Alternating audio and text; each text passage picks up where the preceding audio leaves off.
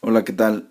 En esta ocasión vamos a desarrollar algunos problemas relacionados con distribuciones de carga para encontrar un campo eléctrico. Empezamos con el primer ejercicio, el cual es encontrar el campo eléctrico debido a una barra de tamaño 2A orientada en la vertical a una distancia P de su centro. El diferencial de carga va a generar un campo eléctrico en el punto P, el cual se define como K de Q R al cubo RP menos RQ.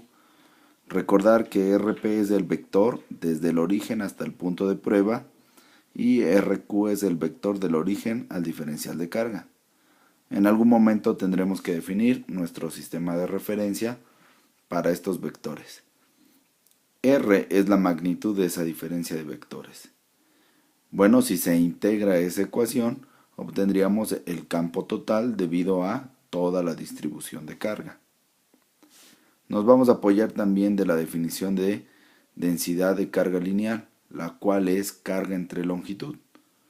Este concepto se mantiene constante si tomamos una muestra, un pequeño diferencial, entre esa pequeña distancia de L.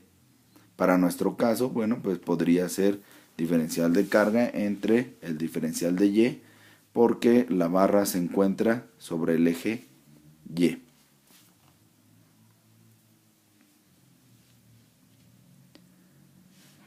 Entonces reescribimos y nos queda el campo eléctrico es igual a la integral de K lambda de Y entre R al cubo RP menos RQ.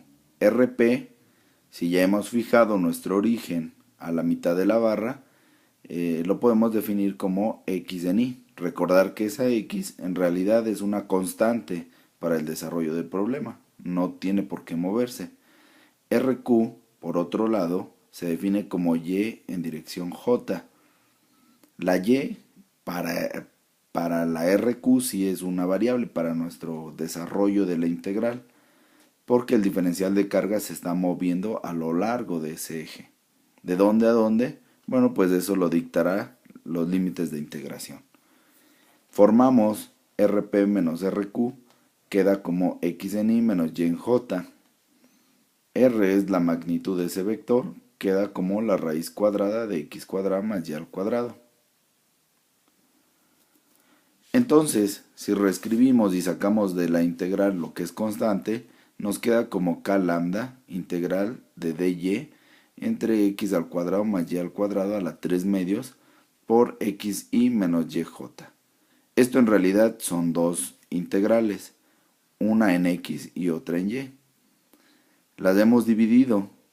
La integral en la x la resolvemos y nos queda como k lambda y x que multiplica x al cuadrado más y al cuadrado a la 1 medio, evaluada de menos a. Por otro lado, la integral en la dirección y da 0. Bueno, pues estas integrales nos hemos apoyado de Wolfram para resolverlo. Y era lógico que la componente en J se simplificaría. Ese diferencial de carga, el que se muestra en la imagen, genera un diferencial de campo eléctrico. Si ponemos un diferencial de carga del otro lado a la misma distancia, generará un diferencial de campo eléctrico que apunta hacia el otro lado del que tenemos dibujado. Por lo tanto, las componentes en Y de ese vector se tendrían que ir simplificando. Entonces vamos a decir que la simplificación de la componente en Y fue por simetría de la figura. Entonces, bueno, evaluamos de los límites de menos a. Nos queda que el campo eléctrico total generado por una barra de tamaño 2A es 2K lambda A entre X, que multiplica en el denominador a X al cuadrado más al cuadrado a la 1 medio. Todo en dirección Y. Podemos generalizar también o usar este resultado para un alambre infinito. La integral sería exactamente igual, cambiando los límites de menos infinito a infinito o dividimos el problema en dos, multiplicamos por el 2 y el límite se convierte en 0 infinito. Sustituimos y aplicamos L'Hopital para evitarnos el infinito y queda el resultado como 2k lambda entre x en dirección y. Bueno, pues ahora se trata de una línea con cierta curvatura, también sigue siendo una distribución de carga. Si observan, hay un diferencial de carga que genera en el punto P, un diferencial de campo eléctrico. Ahí vamos a ubicar nuestro sistema de referencia y vamos a encontrar el campo eléctrico total generado por esta barra con cierta circunferencia. Entonces, bueno, pues planteemos otra vez la ecuación, que sería la integral de K de Q, R al cubo, RP menos RQ. El diferencial de carga, una vez, nos podemos apoyar de la densidad lineal de carga por el dl. En este caso, nos conviene pasar a coordenadas polares. Un diferencial de línea en coordenadas polares es mantener el radio constante y lo que se va a integrar es el ángulo.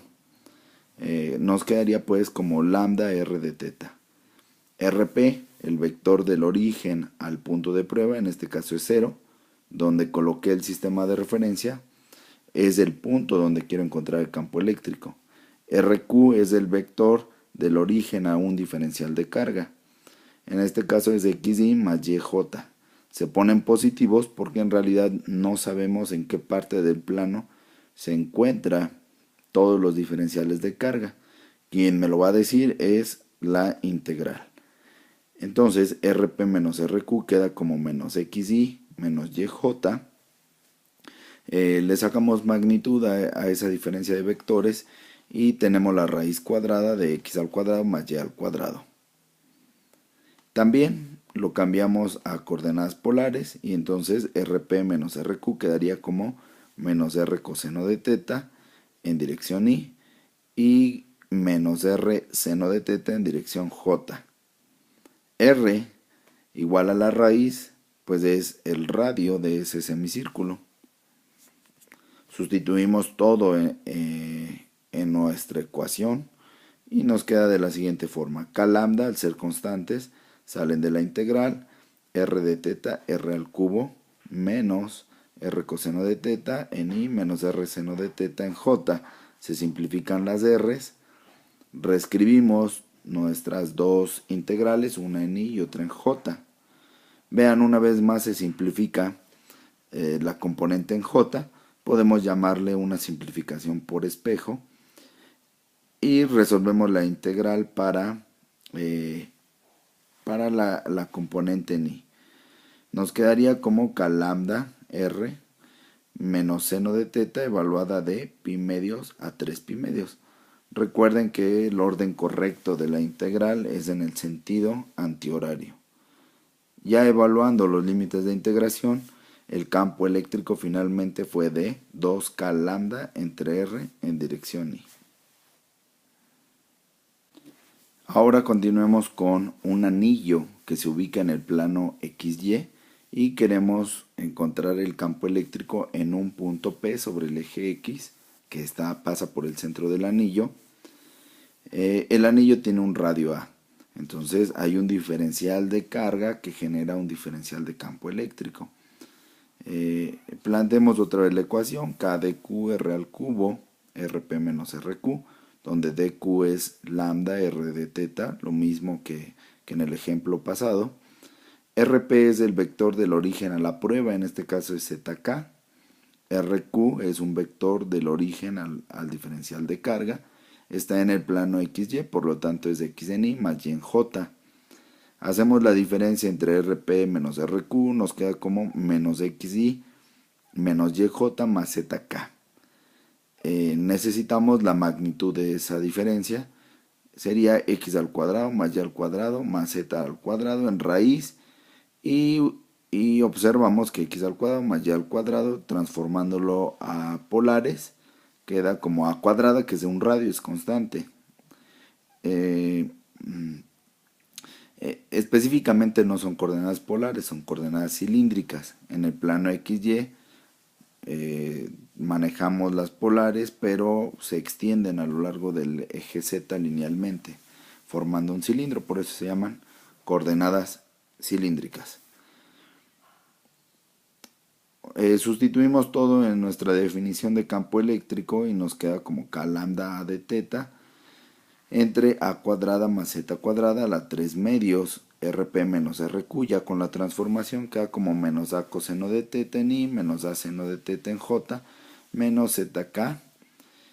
Otra vez podemos simplificar dos de las tres integrales, la componente en J, la componente en K, la componente en I y la componente en J, porque hay un diferencial de carga espejo que hará que las componentes tanto en X como en Y se vayan simplificando y el resultado únicamente sea en la dirección Z. Bueno, pues lo reescribimos, resolvemos, observamos que la mayoría es constante, la K, la lambda, la A, que es el radio del anillo, la Z, que es la distancia donde quiero encontrar el campo eléctrico, salen de la integral y solamente queda integrar a d teta, que va desde 0 hasta 2pi. Por lo tanto, la respuesta nos quedaría como 2pi k lambda z a entre a cuadrada más z cuadrada a la 3 medios. También la podríamos expresar en términos de carga, recordando que lambda es la carga total entre la longitud total, que en este caso sería el perímetro del anillo. Bueno, por último, encontremos el campo eléctrico debido a una distribución superficial. Es un disco que se encuentra en el plano XY. Bueno, queremos encontrar el campo eléctrico en el punto P, el cual se encuentra ubicado en el eje Z, el cual pasa al centro de ese disco. El diferencial de carga está en el plano XY, genera un diferencial de campo eléctrico, como se muestra en la imagen. Desarrollemos la ecuación K de Q, RPQ al cubo, RP menos RQ. Entonces, ahora nos vamos a apoyar de la densidad de carga superficial, que es sigma. Por lo tanto, dQ será igual a sigma R de teta de R. Me estoy apoyando otra vez en coordenadas cilíndricas. En el plano XY son coordenadas polares y es un diferencial de área, por eso es R de teta. RP es el vector del origen al punto de prueba, en este caso es ZK. RQ es el vector del origen a un diferencial de carga, el diferencial de carga se ubica en el plano XY, por lo tanto es XY más YJ. Hacemos la diferencia y sacamos la magnitud de esa diferencia. Una vez más queda como raíz de R al cuadrado, donde R es el radio de nuestro disco, más Z al cuadrado.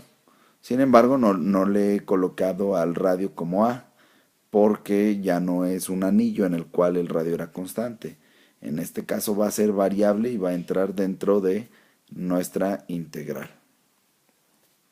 Veamos si conformamos pues nuestra integral de superficie, es decir, una integral doble, queda como K sigma R de teta entre R al cuadrado más Z al cuadrado a la 3 medios, que multiplica a ZK. La componente en I y en J han desaparecido una vez más por simplificaciones del tipo espejo. Esto va a ser igual a 2pi k sigma z, la integral de 0 a R de R entre R al cuadrado más Z al cuadrado a la 3 medios en dirección K.